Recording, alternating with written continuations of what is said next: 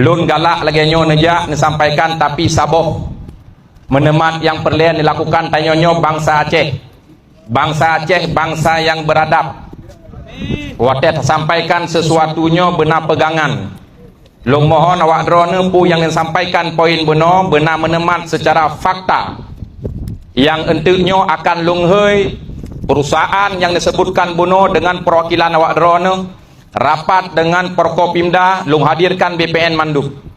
Buno disebutkan ia tunjukkan peta, akan kita tunjukkan peta satelit dan peta non satelit. Tetapi harus siap apapun untuk hasil keputusan rapat.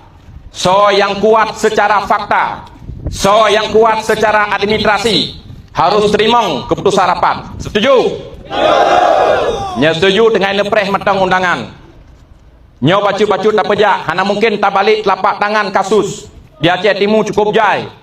6 bulan baru long duk ke bupati. Yang masalah 20 tahun 15 tahun hana selesai, insyaAllah kasal selesaikan bacu-bacu. Nabi wataya, Nabi kesempatan kamu bekerja. Lun atas nama kebenaran, lung bersama dengan orang-orang yang benar. Amin. Ya. Jadimu. Mantap.